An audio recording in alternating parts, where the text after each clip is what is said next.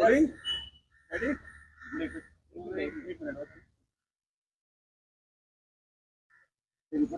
आ जाओ ना भाई आगे मत जाओ ना इधर ही मराठी में पूछो भाई पहले बोला. वेदांत पूछो पूछे सर पटेल यांना दिला पूछो पूछो पटेल यांना दिलासा मिळाला आहे तुमची जी स्वतःची प्रॉपर्टी आहे त्यांना पुन्हा आता याच्यावर मी काय बोलणार. तुम्ही सगळं जाणता. माझी पण प्रॉपर्टी अटॅच केली, राहतं घर, जे कोणत्याही गँगस्टरशी संबंधित नाही, दाऊद इब्राहिमशी संबंधित नाही. पण मी भारतीय जनता पक्षाबरोबर गेलो नाही किंवा मी पक्षांतर केलं नाही. त्याच्यामुळे आमची प्रॉपर्टी जप्त केली खोट्या प्रकरणात. जर मला माझी प्रॉपर्टी सोडून घ्यायची असेल, राहतं घर म्हणतोय मी, तो पूरा व्यवहार लीगल है, तो मुझे मोदी मोदी करना पड़ेगा, बीजेपी में जाना पड़ेगा, लेकिन मैं नहीं जाऊंगा. इसीलिए तो सभी ने पार्टी छोड़ी ना. अब ईडी की ये प्रतिष्ठा का सवाल है. मैं जो कहता हूं ना, ईडी सीबीआई ये बीजेपी की एक्सटेंडेड ब्रांच है. अब प्रफुल्ल पटेल को मंत्री बनना है, उससे पहले ये नरेंद्र मोदी, अमित शाह जी ने इकबाल मिर्ची की प्रॉपर्टी प्रफुल्ल भाई को वापस दे दी. मुझे आनंद है. यही नियम, यही कानून अगर और लोगों को भी लगाते हैं और जिसके ऊपर इसी अन्याय तरीके से जब्ती की कार्रवाई की है, दबाव की कार्रवाई की है, उनको भी यही न्याय मिलना चाहिए ना. सिर्फ प्रफुल्ल भाई पटेल क्यों? प्रफुल्ल भाई पटेल के साथ हमारा कोई व्यक्तिगत नहीं है दुश्मनी, लेकिन सबको एक न्याय लगाइए ना. कानून एक है ना, ईडी सबके लिए है ना. तो ये ईडी के प्रतिष्ठा, हाँ, ईडी की क्रेडिबिलिटी, उसके ऊपर ये सवाल उठा. हम कानूनी लड़ाई लड़ेंगे. हमारी कोई प्रॉपर्टी नहीं है, फिर भी ईडी ने जिस घर में हम रहते हैं और गांव में 10 गुंठा जमीन वो जब्त कर ली. क्या ये मनी लॉन्ड्रिंग के पैसे हैं? यही कानून, यही मुकदमा प्रफुल्ल भाई पटेल पर चला था, अजित पवार पर चला था. जो शिंदे के साथ लोग गए उनके पास भी साथ ही चला, लेकिन सबकी प्रॉपर्टी आप रिलीज कर दी. और जो आपके राजकीय विरोधी है उनको आपने उनकी प्रॉपर्टी अभी भी जब्त की. ठीक है, ठीक है, हम डरते नहीं है, हम डरते नहीं है. हमारे कपड़े भी ले लो, जब्त कर लो, फिर भी हम हमारे पार्टी के साथ और महाराष्ट्र के साथ बेईमानी नहीं करेंगे, देश के साथ बेईमानी नहीं करेंगे. चंडीगढ़ में जिस तरह से कंगना रनावत के साथ हुआ, एक कांस्टेबल ने थप्पड़ मारा उनको, कुछ लोग होट देते हैं, कुछ लोग थप्पड़ देते हैं. मुझे मालूम नहीं क्या हुआ है, मुझे मालूम नहीं एक्चुअल क्या हुआ है. मैं देखूंगा और बात करूंगा. किसानों के जो आंदोलन था उसको लेके कहा था कि 100 रुपए में किसान वहां बैठे हैं, तो कांस्टेबल ने कहा वहां मेरी माँ भी गई थी, जाके बैठी थी, और आपने इस तरह से स्टेटमेंट. अगर वो कांस्टेबल ने कहा है कि उनकी माँ बैठी थी तो ये सच है. और माँ किसान आंदोलन में अगर उसमें शामिल थी और उस माँ के बारे में कोई गलत कहता है तो डेफिनेटली लोगों को एक मन में चिढ़ आती है, संताप आता है, क्रोध आता है. लेकिन अगर मोदी जी कहते हैं कानून का राज है तो कानून हाथ में नहीं लेना चाहिए. लेकिन एक कांस्टेबल ने कानून लिया है अपनी माँ के लिए. भारत माता भी माँ है उसकी, और जो किसान आंदोलन पर बैठे थे वो भारत माता के पुत्र थे या कन्याएं थी. तो अगर किसी ने भारत माता का अपमान किया है और किसी को गुस्सा आया, भारत माता का अपमान किया, मुझे लगता है उस बारे में सोचना चाहिए। मुझे कंगना के बारे में हमदर्दी है, वो अभी सांसद है, सांसद के ऊपर इस प्रकार से हाथ नहीं उठाना चाहिए। लेकिन किसानों का सम्मान इस देश में होना चाहिए। किसान की कन्या हो, किसान के पुत्र हो, चाहे कोई भी हो, लेकिन लोगों के मन में कितना गुस्सा अभी भी है ये समझ लेना चाहिए। जैसे कि मुंबई में कंगना ने मुंबई को पाकिस्तान कहा तो लोगों का गुस्सा था। ये गुस्सा आने का अधिकार सिर्फ आपको नहीं है, हमको भी है ना। लेकिन एक सांसद पर हाथ उठाना इस प्रकार से ये ठीक नहीं है। वो सांसद है। एनडीएच्या बैठकीला महाराष्ट्रातले महायुतीचे नवनिर्वाचित खासदार दिल्लीत पोहोचले आहेत. भाजपचे नेते सुद्धा पोहोचले आहेत आणि 9 तारखेची तयारी आता सुरू आहे. बरोबर आहे ना. नाकी 9 येतील सरकार चालवताना. ते 9 तारखेला शपथ घेतात का 8 तारखेला घेतात? हा, नाकी 9 येईल सरकार चालवताना. मुळात इंडिया आहे कुठे? चंद्रबाबू आणि नितीश कुमार. नीतीश बाबू तो सबके हैं और चंद्रा बाबू भी सबके हैं ना। आज आपके हैं, कल हमारे होंगे। अब देखो, आज ही अग्निवीर को विरोध किया है केसी त्यागी जी ने, जेडीयू ने। मोदी जो जो बातें लाना चाहते थे चुनाव प्रचार में, सभी चाहे समान नागरिक कानून हो या सबको विरोध किया है। कल ये लोग राम मंदिर को भी विरोध करेंगे। चंद्रा बाबू तो मोदी जी कह रहे थे ना प्रचार में, अगर कांग्रेस और हम लोग सत्ता में आए तो मुसलमानों को रिजर्वेशन देंगे। चंद्रा बाबू तो मुसलमानों के रिजर्वेशन के हक में है, तो आप क्या करो? ऐसे बहुत से मुद्दे हैं जिस पर अभी चर्चा होने बाकी है।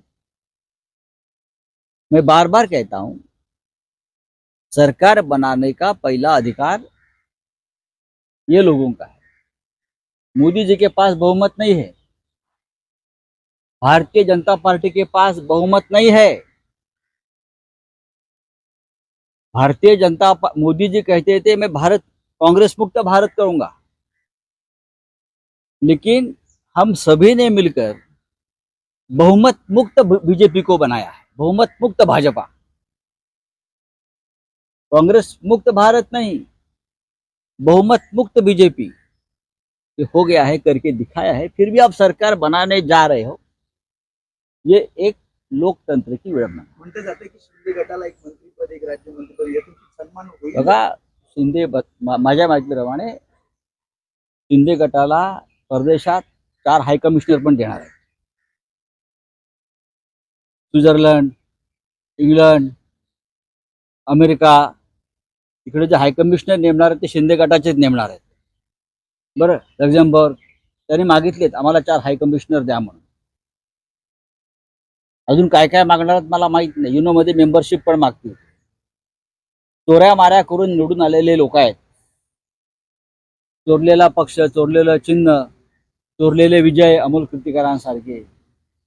हा, आता हे उरलेले 4-5 खासदार आहेत, त्यांना कुठेतरी हाय कमिशनर वगैरे असे पाठवतील. कॅनडा.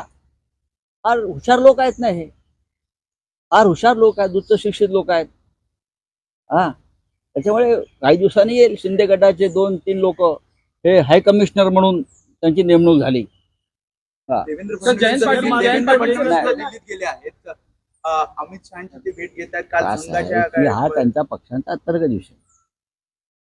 महाराष्ट्रातून कोणी जाऊन त्यांच्या पक्षाच्या नेत्यांना भेटावं त्याच्यावर आम्ही कसं काय बोलणार ना. त्यांच्या पक्षाच्या घडामोडी दिल्लीत सुरू आहेत, महाराष्ट्रात घडामोडी सुरू आहे. महाराष्ट्रात भारतीय जनता पक्षाचा दारुण पराभव झालेला आहे. आता जिथे पराभव झाला त्या पक्षाच्या नेतृत्वाला दिल्लीत बोलवलं जातं, त्यांचा हायकमांड दिल्लीत आहे. आता आमच्याकडे सुद्धा महाराष्ट्रात जिथे जिथे पराभव झाला त्याची आम्ही मीमांसा करणारच. माननीय उद्धव ठाकरे यांच्या नेतृत्वाखाली आम्ही सगळे नेते त्या पराभवाचे चिंतन करणार. तसं भारतीय जनता पक्ष महाराष्ट्र आणि उत्तर प्रदेशमधल्या दारुण पराभवाचं चिंतन करणार. ही महाराष्ट्रात आपण काय करायला गेलो आणि झालं काय याच्यावरती चिंतन होईलच. आणि पराभवाला जबाबदार कोण त्याच्यावर चर्चा करतील हा त्यांच्या पक्षाचा अंतर्गत विषय आहे. महाविकास आघाडीमध्ये जे यश मिळालंय त्यात काँग्रेसला यश मिळाले जास्त आणि त्यामुळे सुप्त माप आता विधानसभेत मी असं म्हणतो, असं कोणी म्हणत असेल तर ती मूर्खता आहे. आम्ही सगळ्यांनी महाविकास आघाडी म्हणून काम केलं. कोणाच्या जागा जास्त येतील कमी येतील हा विचार आम्ही कधीच केला नाही. आम्हाला इंडिया आघाडीला जास्तीत जास्त जागा महाराष्ट्रातून मिळवून द्यायचं आहे. हा, या ध्येयानं उद्देशानं आणि जिद्दीनं शिवसैनिकांनी सर्वत्र काम केलं. तशा आमच्या सूचना आणि आदेश होते.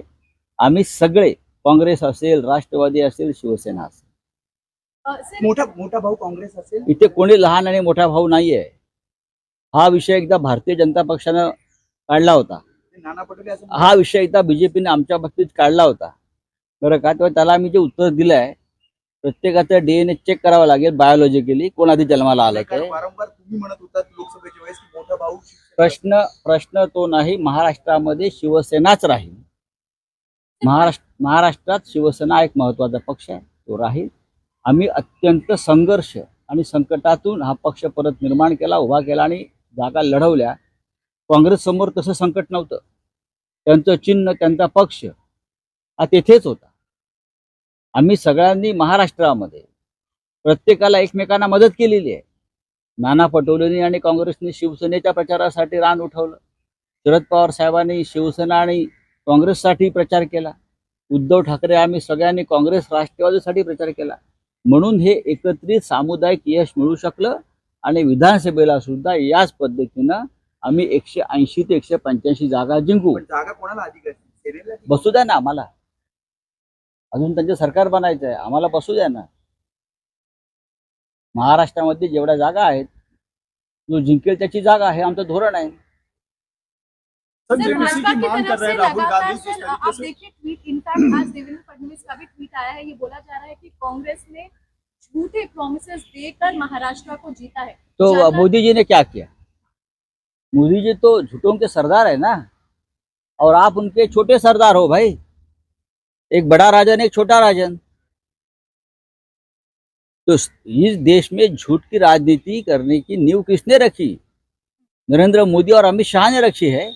तो आप हमको क्या सर झूठ की बात बताते हो? आप बताइए क्या है? सर, जेबीसी की मांग कर रहे हैं राहुल गांधी. शेयर मार्केट जिस तरीके से देखिए, अमित शाह जी का असली जो काम है, व्यवहार और व्यापार धंधा बिजनेस जो होता है ना, ऐसे हम पत्रकार है, कोई डॉक्टर होता है, कोई इंजीनियर होता है राजनीति में. मोदी जी चाय बेचते थे, चाय वाला है. बाला साहब ठाकरे कार्टूनिस्ट थे. तो अगर किसी ने बहुत बार पूछा है अमित शाह जी को कि आपका व्यवसाय क्या था, तो बोला मैं शेयर मार्केट में काम करता था और मुझे स्टॉक मार्केट की अच्छी जानकारी थी और मैं अच्छा पैसे भी कमाता था. ये अमित शाह ने बार बार कहा है. तो गृह मंत्री होने के बाद भी अमित शाह जी शेयर मार्केट ही चलाते रहे हैं और हमेशा पैसे बनाते रहे हैं उनके दोस्तों के लिए.